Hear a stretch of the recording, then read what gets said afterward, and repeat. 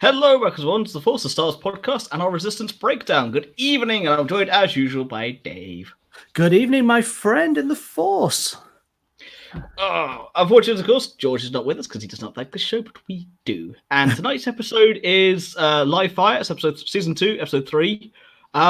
We have a slightly divided opinion on this. We both like it, but I think it's not we dislike it. It's just the first two were just so good that this one just almost pales in comparison. It's that kind of it is a filler. It's a filler that actually moves the story forward, so it's useful, but it's that those first two were just. Yeah, I think you're right. It's sort of the come down from those first two episodes being as good as they were.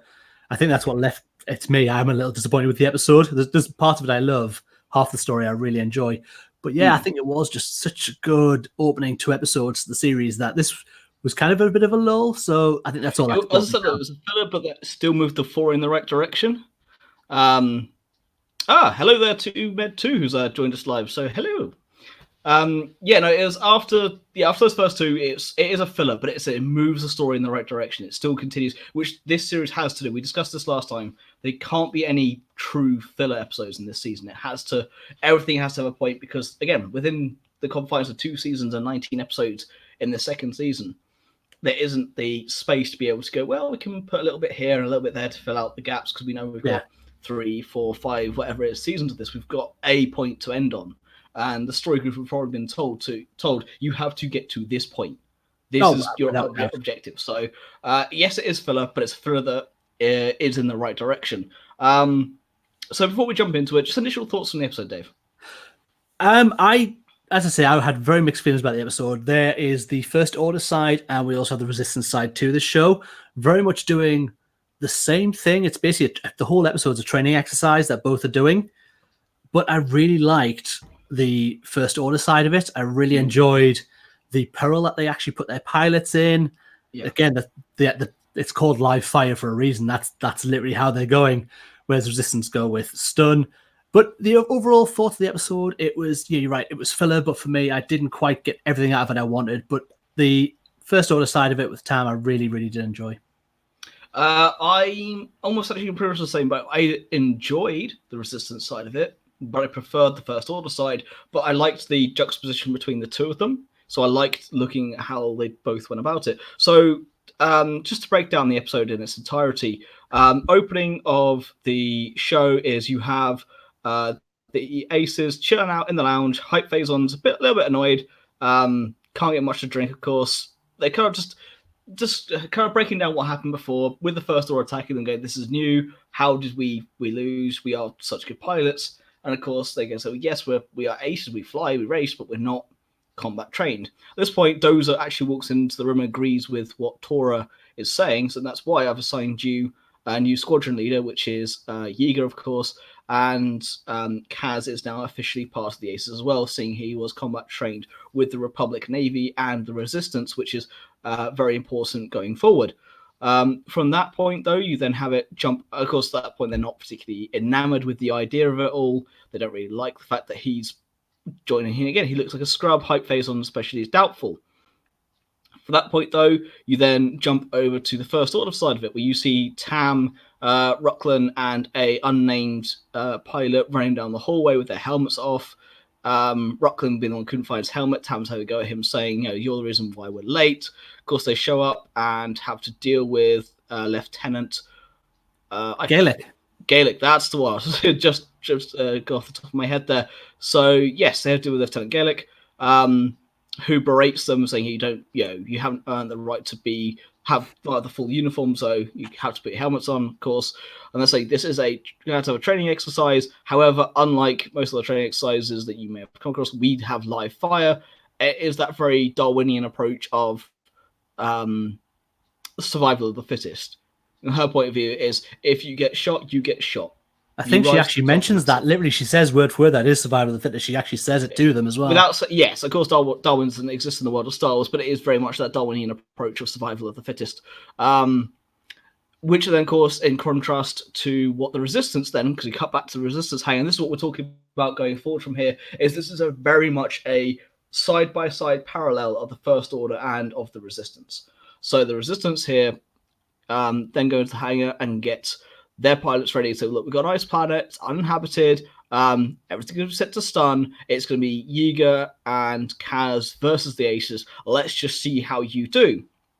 Of course, they then go down to this planet and start the exercise, and it does not go well for the Aces. The Aces get picked apart one by one by Yiga and Kaz. Even though they're outnumbered, they have the strategic advantage, they have the tactics. It's cool to see Yiga's ship being used, because we only saw it very briefly in the first season when he raced against his brother. Which of course he then lost, so his brother could get the prize money, so that then he could help his family and all the rest of it. Which was, again, that was very much a filler episode, but an enjoyable one. And it was for me a little callback. It wasn't much of a callback. It was a nice little shot back. So of course, yes, the Resistance. So he was trained, of course, by the Rebellion, and Kaz by the Republic Navy. So between the two of them, they're combat ready, and they're able to pick the Aces apart. Hype goes back to the hangar, and he's just upset. He got in Tora's way. Tora had a shot, couldn't take it. And when they got back, he's just unhappy. He just goes, you know what? I'm done with this. You guys can have this. I'm out of here. Goes to the bar, has a water because, well, there's nothing. That's all that's left. I love the fact that Auntie's just like, here you go. So you go, I want your spicy drinks. I go, here you go. It's on the house. He drinks. She goes, this is water. I was like, yeah, they got to start charging for it too. Now shut up and drink. It's just really cool interaction. I'm just going, yeah, and that's what I've got, smart ass. So if you've got nothing else to say, I will just charge you for it now. Drink your drink or get out. It's very much a candid take it or leave it aspect, which I quite enjoy. And it then reflects on what we're about to see from the First Order side of things, where Kaz, of course, goes up and talks to him and goes, look, tries to cheer him up, kind of say, look, I am military trained, whereas you're not. And it just comes across wrong. He gets angry and angry. Talks about his antenna twitching. She's like, you can see these things twitching? That means I'm angry. And I'm angry. I love how Donald Faison plays as well. I love Donald Faison from Scrubs from way back in the day as Turk. I absolutely adore him from that. It's just that kind of energy coming through from it. And I must admit, when they did the last Rebel Recon for season 4, and he's actually in the auditorium asking a question of Dave Filoni, it's like, what? I wonder what he's doing there. Obviously, of course, now we know he's involved in Resistance. Of course, they were in the early stages of production for that.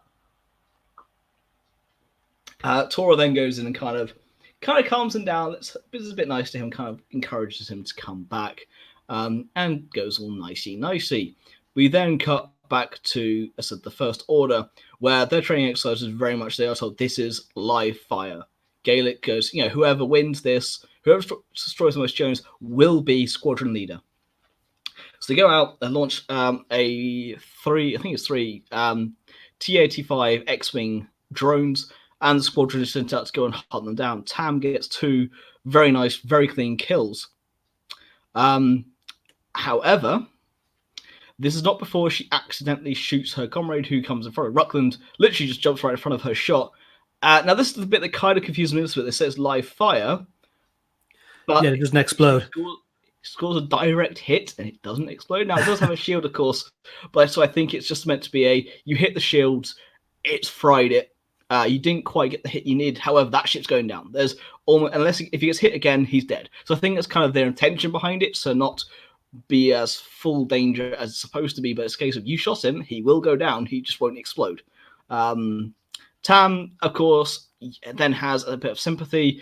Before this, you had Commander Pyre saying, she's doing really well, and she can be used as a tool, but after she saves and goes, quite the hero, isn't she? And kind of really just backhandedly kind of compliments / disses her to Gaelic, and kind of just basically embarrasses Lieutenant Gaelic, who's played by Christine Dunford in this episode. And she's basically really not impressed. It costs her, they find out eventually, it costs her the leadership. But then, of course, you cut back to the Resistance hanging at this point. Hype says, I'm back, I'll join in. They go, okay, we're going to run the exercise again. However, this time, you're going to be in pairs. You're going to have a wingmate. Hype, you're with Kaz. Hype isn't exactly hyped for it. However, nice. It'll then prove to be useful later on in the episode. So of course they go back, try the new bit again. Now, for those of you who are watching the episode closely, will notice, of course, at this point, before that, sorry, when on the ice planet, I forgot to mention, you did actually have this kind of little tail kind of appear here and there. There's something, there's something down there on this uninhabited planet, but there's some creature there. Of course, I'm like, even back when I'm like, that's gonna crop up later. That's gonna come back to bite me. It's unfortunately very obvious for the more grown ups. It's very Dianoga in the trash compactor. Just those little hints. There's something there that it's still not as cool as the eye that you go. Yeah. I love that scene. Again, they kind of reference that in The Force Awakens when you had the little creature pops out of the sand. That very just stiff maquette model that you go, that's a puppet, but I like it. I dig that. And same with the Vulture that just has this very like mechanical just prodding mechanism to it. But again, I like that. And this is kind of referencing that in a little way with the Dianoga and the rest of it. So it's a cool little callback again there. However, of course, it's going to come back later on. So yeah, the exercise is going well. However, of course, then this creature does rear his ugly head, and they go, well, how do we stop this? How do we get around this? They fire as much as they can into it. I like the fact that the Imperial ship does have a faint tie sound to it, so you can still hear the twin iron engines in the background. I kind of like that. So yes, the fact that also Hype has a N1 Naboo starfighter as a symbol, I think is kind of cool. Again, there's all those little things you didn't notice before, but you now see. I mean, for me, my personal one I like is the fact that Torah ship looks like a Porsche 917 from the 1970s, a prototype that won them on and kickstarted their dynasty. And I know I'm completely nerding that side as well, but it's just this, for me, it's a really, really funny little reference to a 70s race car in this. But yeah, so they figure out, okay, at this point, what do we do? Yeager gets caught in this thing's mandibles, can't escape. They're shooting the living daylights out of it. However, they notice that when the creature bumps one of these ice pairs, falls on him, he kind of shakes it off, but he gets a little hurt. They go, okay. Hype then goes, okay, I've got an idea. And they all at once go, okay, what's the idea? It's that whole bonding exercise, form up as a team, go, okay, you take the lead, you tell us what to do. And so they target basically one of these ice pairs, allows us to shoot it down and land on the creature, releasing Yeager, and of course they then head back to the planet, or back to the Colossus, and everything's fine.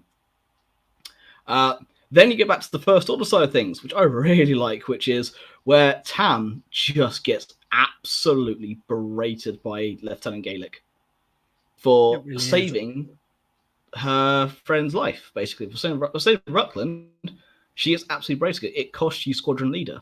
Yeah, literally. Why? I shot. Sorry, go on. Sorry, I was going to say, yeah, literally the line she says, the job was to destroy the enemy. She said, not to rescue the lesser pilots who shouldn't have survived. It's just like, wow, that's it's cold. That's cold. Completely. But that's the thing of the First Order. And that's what Tam is learning, her very harsh lesson of, oh, this isn't one big happy family. This is a military operation where it's very much you are expendable. Oh, absolutely. If you die, you die. If you live, great. If you're meant to survive, back to survival of the fittest, it absolutely comes back to that every time. That in the First Order, if you're not going to be a good enough pilot to survive a test mission, then you don't deserve to be there. It's why she's also referred to as TT533 because, well, she's just a number. They're all just numbers. FN2187, FN2199. I mean, it all goes back to the Empire, of course, the TK427. Why are you not at your post? It's a numbers. It's not a name, it's a number.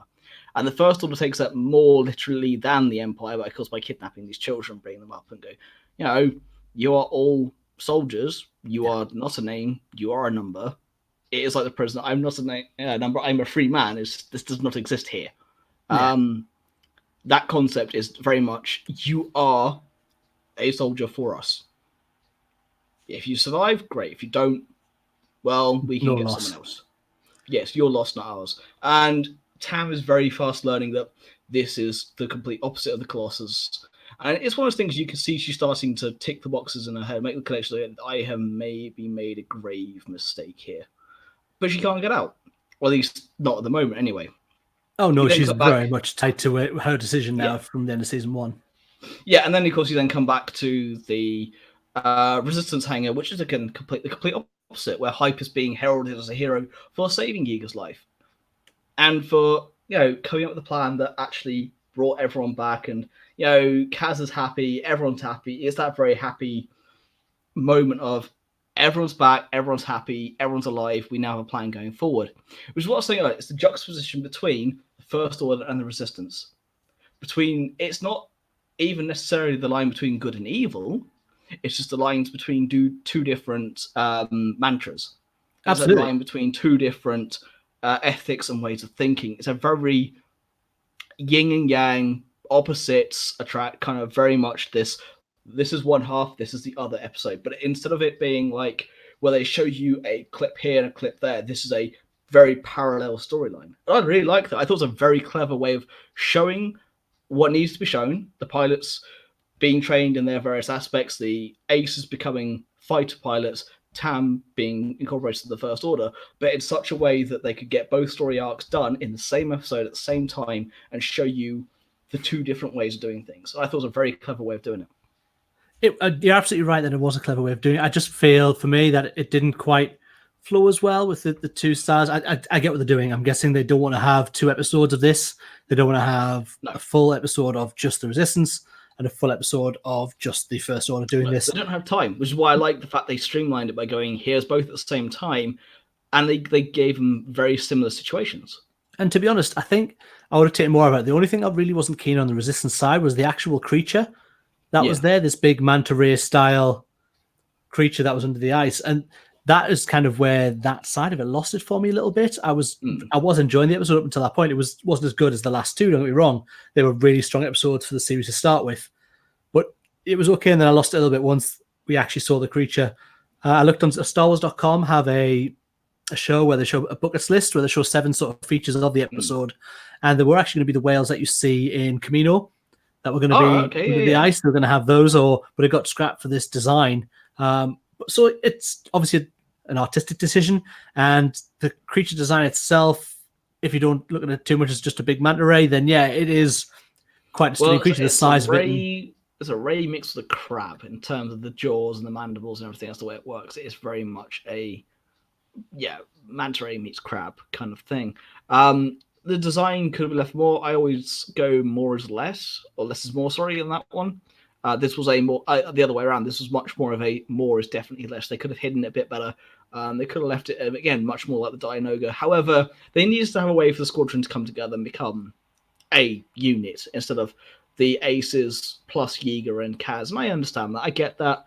I almost agree with you in the way of I didn't quite like the creature. I thought it was cool, but unfortunately for me, I spotted it at the beginning and it was so obvious. It was just that it was unlike the Tam side of things, where it was you knew that something may go wrong. Something will happen. She may go off and save someone, not even necessarily her shooting them. This is very much you see a tail go, that's going to come back to haunt them. And I picked up immediately. So for me, it was very almost disappointing in a way that I picked it up before it was supposed to. But I think that's just a older mentality, and someone, of course, who watches a hell of a lot of Star Wars or a hell of a lot of just films and TVs in general, to kind of, you can see a plot point when it's designed for the younger age, it needs to be a little more obvious.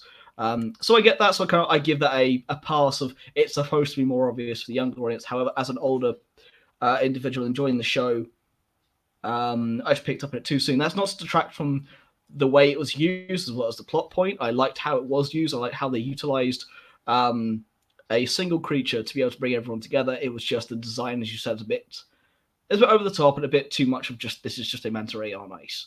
What I did love, though, on the opposite side of that, is the design of the X-Wing drones that we got from the First Order. This is something T-85 X-Wings. Yes, I thought it was wicked. When they said they were going out against drones, I wasn't quite sure to expect, and then these X-Wings you almost think Imperial probe droid kind of thing. Yeah, something small like that, or another ship. But to have an actual X-Wing design is absolute perfection for them to go, right, we've got these drones we want you to attack, and these are going to look exactly like the ships you'll be fighting against. I thought it was really clever to have them have those drones as X-Wings. Here we go, this one right here.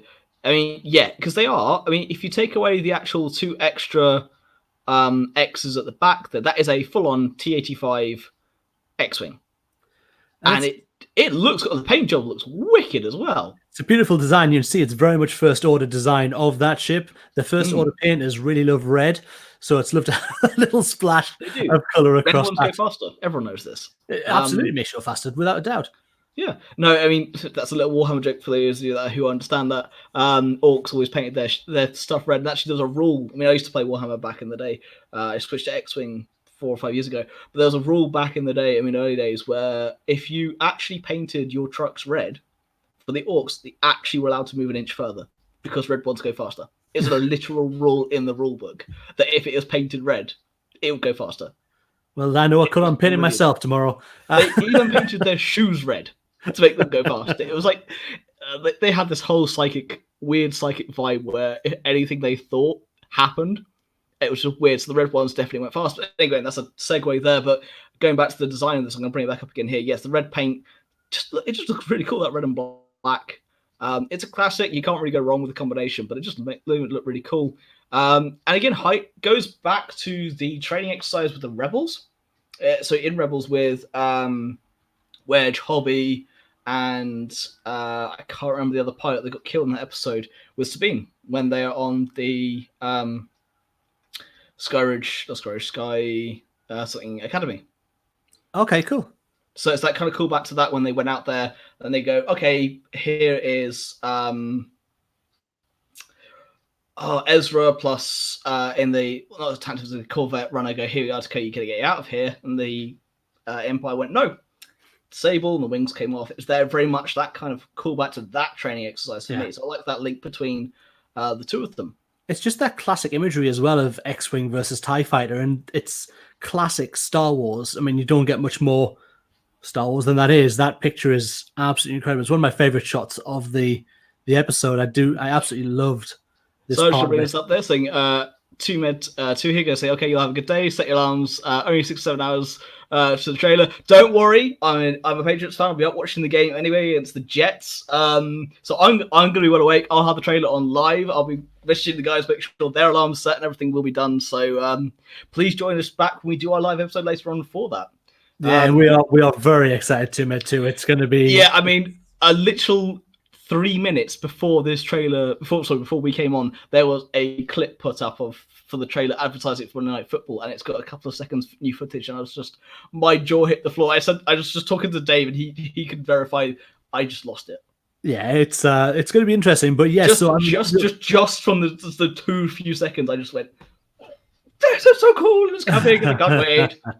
We will be back in the here in the UK, the early hours of the morning, where it will be myself, George, and Phil. We'll be giving a breakdown of the trailer and going over anything new that's come out of that. We already know there is some good stuff coming out, so we will be going over that really early hours of the morning, but if you're in the UK anyway. But yeah, our show will be up later for that. So 2 shows tonight for the price of none. You don't pay for these, it's fine. No, we pay for them in microphones and coffee and all the rest of it to stay up, but it's all worth it. We do it for the love of doing the show. And yeah, very much looking forward to that later on. But yes, back to the episode at hand. So for me, it was very much a callback to Sky Striker. That's it. So Sky Striker Academy on from Rebels in season 4 when they talk about season 3 we have Wedge and Hobby, and it's very much akin to that. So I love Filoni linking the shows. Oh, it's everything is coming together. Whereas I think we're going to get across the brand, we are going to get everything kind of crossing over in some way, even if it's a mention of something else. Well, the coaxium fuel has been this really, really good link now. It does. It really ties you to Solo. It really ties you in the movie universe. And I know in Mandalorian, Dave Filoni's already come out and said it was weird to have one of his characters he created come up to him in full costume while he was there. So we're going to get someone from Rebels. What I like is Marvel tried to do it with their TV shows and their films, and they kind of got a little too stretched, a bit too thin. Whereas with Star Wars, the story group is being able to control the comics, the films, and the TV shows to such an extent, story-wise, that they can do it. Where they were able to go, here's a clean slate for the books, the comics, and the TV shows as a visual medium. Here is a completely clean slate. You have 6 films, plus whatever you write from here on in. They were able to take that content, and the Clone Wars, sorry, my bad there. So you're able to take 6 films and 1 television show and go, this is your basis, expand from here. Filoni was able to have such a great mind to be able to go, I have got links for here, here, and here. My link through Clone Wars through George is this. And he's been able so far to put so many links here and there that, I mean, George Lucas created this universe. Bar none, he is the maker. He is a god. Filoni, if you want to relate it to religion, it's Jesus Christ. He's his right-hand man in all this. I'm just using it as a comparison for me to kind of go, Dave really has taken this show. Filoni, that is not our lovely Dave here. Taken this universe and just kind of really put not only his touch onto it, but connected all of them. Well, the fact he has his hand in all these pies, Dave Filoni, I think obviously Clone Wars was his. He's exec producer on Resistance. He's directing, and I'm sure he will have some of the writing credit or exec producer credit on Mandalorian as well. He seems to have a big part in that. So, and who knows what's coming in the future that he's done live action now. Filoni, Kiri Hart, and unfortunately I can't remember the other names of the story group off the top of my head. That story group has taken care so well of what's happened.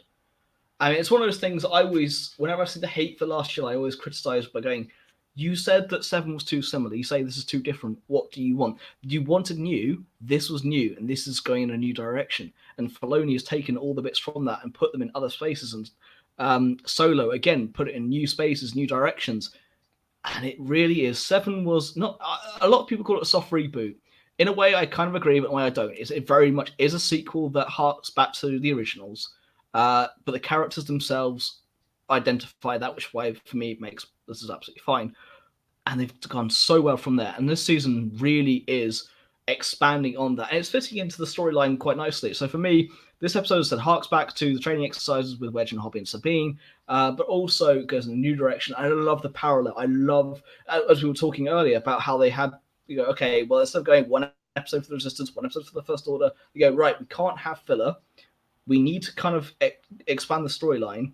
Here's the least fillerish way of doing that. I love it. I think it was a bit clunky at times going between the two of them, but I also thought it was a very smooth way of getting both stories told at once. That was a very well done part. I do agree with that. I think it was a very good way of doing it. I think for me, I just preferred one side a lot more than the other. The First Order stuff I really, really enjoyed. It was really a really nice insight to the way they trained. Why? Maybe it's because it's more clinical. Because it is the First Order. Everything is done in a fashion. This is done by the book. Whereas the Resistance, everything kind of flows a bit better in the way of it's a bit, more free flowing. It'd be interesting to see where they're going next with it. I think I'm quite interested to see what is the next episode and when they're going to. So obviously they are running out of supplies on board the Colossus, so they are looking for somewhere to go so they can actually start restocking. Well, we also need to establish where they've gone. We know they were at Dakar. Yes, they jumped, and we don't know where they are. So for me, that's going to be interesting to go, okay, we're at this ice planet. Cool. What system? Where are they? Yeah. The Lando system? Now. Nice.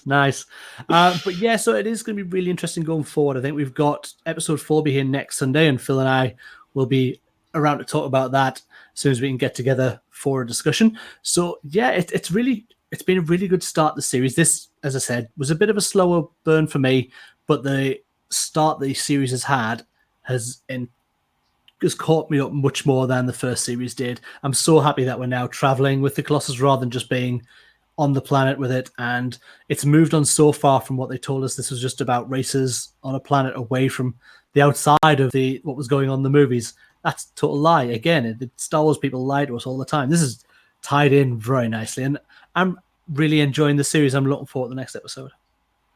Indeed. So, of course, next week, as you're saying, we will be back. It's Hunt on Selzor 3 is the title of the next episode. So I think they're going to Selzor 3. Indeed. So, whether it's the two of them coming together again, we don't know yet. Of course, we will see. There hasn't actually been a preview released for that one just as yet. So, I mean, we've only got titles up until episode 5, I think, which is the Engineer. I think, online I can only find the first few. Yeah. So the first again, they have to be careful with episode 9 coming up. They can't reveal too much, obviously, which we completely understand. We don't really want them to ruin it for us either. As fans, we are eagerly anticipating episode 9. We want to keep as much plot line hidden as possible. And even in the couple of seconds we had revealed earlier, there's only one kind of new bit in it. The other part is the expansion or something we saw in the expanded sizzle reel we had from a couple months back, which of course we have a video on our channel. Please go back and check it out. So very much looking forward to seeing when they go. Hunter Cells All 3 is what we got next weekend. It's interesting. So this episode was a filler, but it was a solid episode. I think it feels a little less purely because the first two were just so impactful. They were such big episodes. You have to start a series anyway. You need to kick it off with a bang. Everybody knows that your first, your middle, and your last episodes for a series have to be big to keep the audience involved.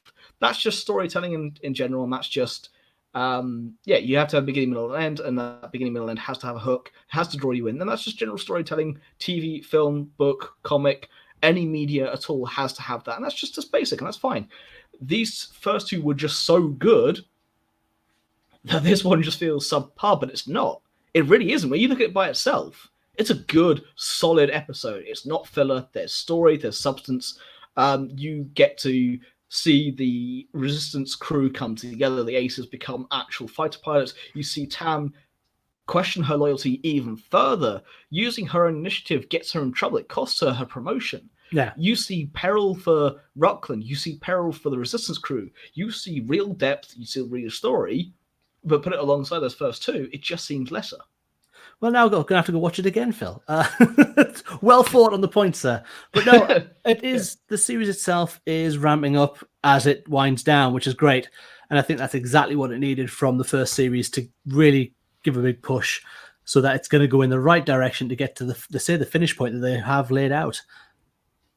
Indeed. I don't think that's about it for the series. Yeah, I mean, it's a very short episode, but it's very concise. This episode didn't have a lot extra to discuss. It's very kind of to a point. Yeah, like I said at the beginning, it literally is 2 training exercises, so there's not a great deal to discuss. Like I say, we have Tam who's looks like she's starting to think, oh, that's not the right decision for me. The question I have as regards to Tam is, do you think she'll get reconditioned before the end of the show? No. You see, I'm not quite sure. I don't think she will. I think she will be the goodie bit that goes back. I think everything will be fine. Yeah, I think Tam's going to make it out absolutely fine. I think she really will. There's a slight hint, though, that she may not quite. And I do wonder. I wouldn't pass Filoni. Her character is definitely from the first season where she was probably the least interesting character because she kind of appeared, was kind of like, I'll help you on this, or I'm going to stay up here and fix the ship. She now, to me, has the most interesting character arc in this second season. Oh, completely. And I really like that. Now, we've had this before where people go over to the dark side of the First Order or the Empire and then by a few episodes in like, hey, I'm back, it's fine. I'm hoping they give it a slow burn towards the back end of the series. Yeah, I don't want Battlefront 2. I don't want that again. Where it's just, hey, you get to play as the Empire. You do not. Everything is great. You're playing for this side of it. Oh wait, it's 2 parts, and she's already gone back to. She's already gone to the rebellion, and everything's good. Oh, we lied. Have fun. Yeah. No, I don't want that. I do not want that again. No, I absolutely should avoid that at all costs. I think they will do this much smarter. They are playing out the long game for a short show. They know where they're going, and I think we're going to be really, really impressed by the end product of this. Because that's the thing that I wouldn't put it past Filoni to go, no, she has reconditioned. It would be a very interesting turn back from reconditioning. Maybe the reconditioning can get broken. I think that would be an interesting arc, actually, to see her go to the point where you think she cannot be saved and then be saved. And brought back. If you're going to do it that way, if you're going to have to bring her back, I'd like her to go to the point where you don't think she can be saved. Yeah. That's what I want, because I think that would be a clever way of doing it. Now, if by 16 episodes' time, we're sat here and I go, well, I told you so, I'm going to point us back to this episode and go, I predicted all this long ago that she would go too far, but yet get brought back and everything would be fine. It's going to be an interesting watch to see how it turns out. And yeah, we're proud to get some stuff right, absolutely, as we go along. Bound to get something right. They have to at some point. Absolutely. We won't be very good at our jobs. We'll be very good at this if we didn't get anything right. We've been doing this a while now. We're getting much better, I think. I think so, yeah. We've been doing this for coming up to 3 years. By the time this is the thing, by the time we actually do our awesome December thing we have planned, we will be doing this. It'll be 1 month shy of 3 years. Yeah. It's going to be awesome. And it's we've got stuff coming. Like, as I say, now we are saying, yes, we've kind of gone through this episode. There wasn't much to talk about, which is great for one side because we will be back later on tonight. We are going off now. We're going to go do our perspective things, and then we will reconvene with George a little bit later this evening. For us in the UK, early hours of the morning, once the Rise of Skywalker trailer drops. Why join the Patriots game? Why do they have to pick this week? They could have done it last week, but it was a boring year. They had to be the Patriots, didn't they?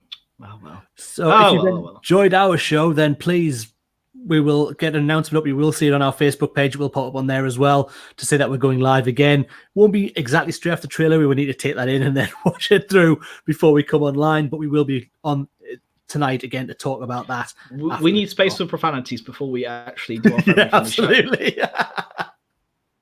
Anyway, but until then, don't forget to like, share, and subscribe. You can catch us back here next week at the same time for Hunt on Cells War 3 review. At least that's the plan anyway. We'll see how things go, of course, with our daily lives. But don't forget to like, share, and subscribe. You can find us later on at the audio at Podbean, Stitcher, Spotify, and iTunes. The video will be on YouTube. You can find us on Facebook, Instagram, and Twitter at Ones of the Force, the Stars Podcast, at The Force Podcast. We've been Ones of the Force. May the Forces always be with you. Good night.